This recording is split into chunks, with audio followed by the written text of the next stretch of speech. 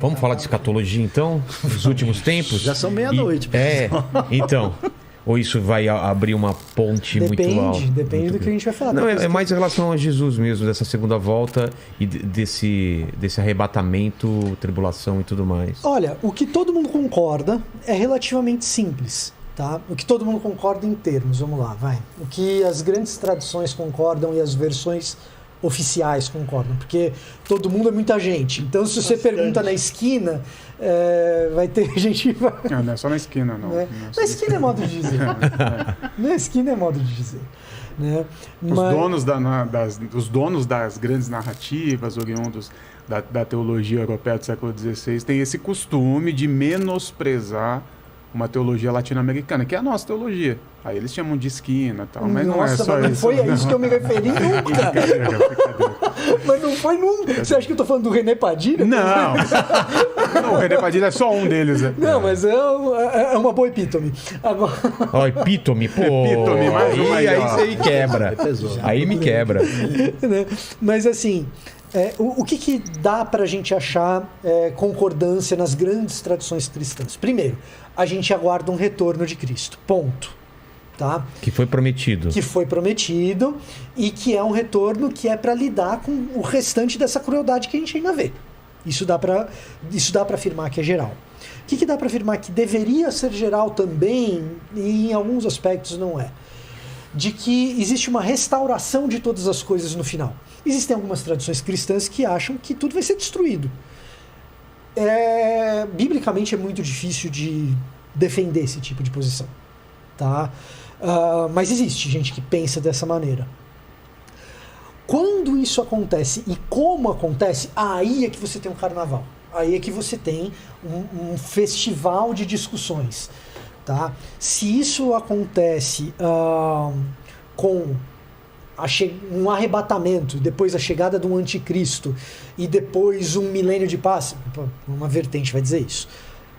Se esse milênio não é literal, que particularmente é a minha posição, se esse milênio não é literal, uma boa parte do que a gente enxerga no livro de Apocalipse deveria, na verdade, ser lido como metafórico à luz do que acontecia nos textos de outros povos da época, ou mesmo nos textos apocalípticos judaicos da época, isso é uma outra vertente.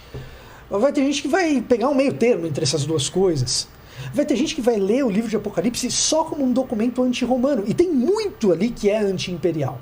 Né? Agora, o que todo mundo concorda? Todo mundo concorda o seguinte: não, Jesus volta e ele lida com essas questões da crueldade para estabelecer um novo reino, um novo céu, uma nova terra, uma nova Jerusalém, na qual todo esse sofrimento que a gente está, inclusive os que você apontou, terão as suas próprias lágrimas enxugadas por Jesus, que habita conosco. Isso é algo que dá para afirmar que a concordância...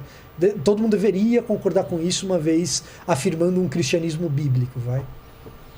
A dificuldade de lidar com os textos do Apocalipse é que, por definição, eles são mais difíceis. Porque são enigmáticos, né? São simbólicos, né? E muitos dos livros semelhantes, muitas vezes, vinham com a chave da interpretação no próprio livro. O Apocalipse de João não Como vem. Assim?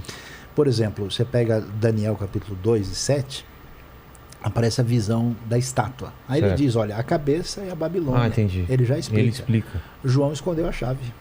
Ele não dá os Escondeu detalhes. ou se perdeu? Não, ele não dá. Não há intenção de dar essa Entendi. chave. E aí o livro apresenta para gente um tipo de literatura que é de perfil universal, para mostrar que Deus tem o controle e o domínio da história, para mostrar uma visão, nesse caso dualista, né, em oposição ao mal, à vitória definitiva do bem, porque no raciocínio bíblico a presença do mal no universo, ela é estranhada, ela é confrontada, e um dia o mal será vencido. Por isso que você tem uma teologia de esperança na construção bíblica. E é interessante porque o problema de novo está com a nossa cabeça, que não bate, né? Você está aí entendeu? Com a chave da senha errada, você está enfiando o arquivo do Mac no PC e diz que não funciona, né? Porque na cabeça bíblica os últimos dias já começaram, desde a vinda de Jesus. Uhum. Ali é o começo. Com essa invasão do futuro no presente, já começa... Já começou. Então desde lá a gente já nos últimos dias. Aí os últimos dias começam lá. Então, tem parte dessa profecia que diz respeito à época da primeira vinda. Outra parte diz respeito à trajetória da igreja e outra parte diz respeito ao desfecho. E às vezes a profecia é biflex. Ela fala ao mesmo tempo do passado e do futuro. Então, nesse sentido, por exemplo, quando é que a grande tribulação? Já está sendo. Quando Nero está matando os cristãos. Perfeito. Mas essa grande tribulação se esgota aí? Não. Ela está presente em toda a igreja fiel através da história. Mas haverá uma grande tribulação. Quem é o anticristo? É Nero. Mas muitos anticristos têm saído pelo mundo. 1 João 2,18. Então, há vários anticristos na história. Mas tem um anticristo O final. próprio Domiciano, logo depois. O que o pessoal faz? O pessoal diz, não, minha bandeira é do passado, então eu sou preterista, eu acho que tudo aconteceu lá e não existe expectativa do futuro. Então você tem uma radicalização, um desbalanceamento escatológico.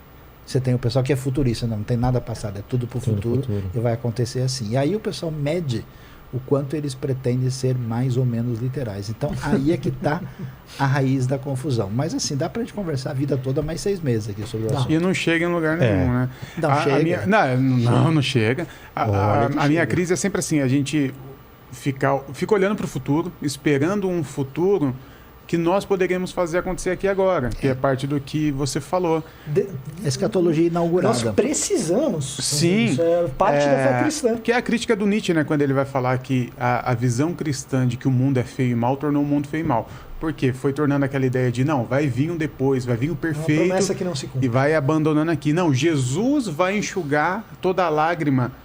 Então, não, pega aí que Jesus vai enxugar sua lágrima. Pega aí, mas você está chorando porque eu estou te causando dor, agora eu estou esperando Isso Jesus... é uma teologia que não lê Tessalonicenses. agora a gente pode parar o sofrimento aqui e viver o reino de Deus aqui agora. Então, isso é certeza. Mas a dinâmica que a gente pode... bíblica é essa. Você tem a esperança do futuro que cativa você com a força da utopia na direção do futuro, ao mesmo tempo que você constrói no presente. O que o pessoal faz? Eles quebram. Aí ou o cara fica no passado ou ele fica só no futuro. Aí causa exatamente o fim da tensão entre o já e o ainda não, né? O reino já começou e ainda vai chegar. Então quando você quebra esse elemento vital, aí bagunça. Dá confusão.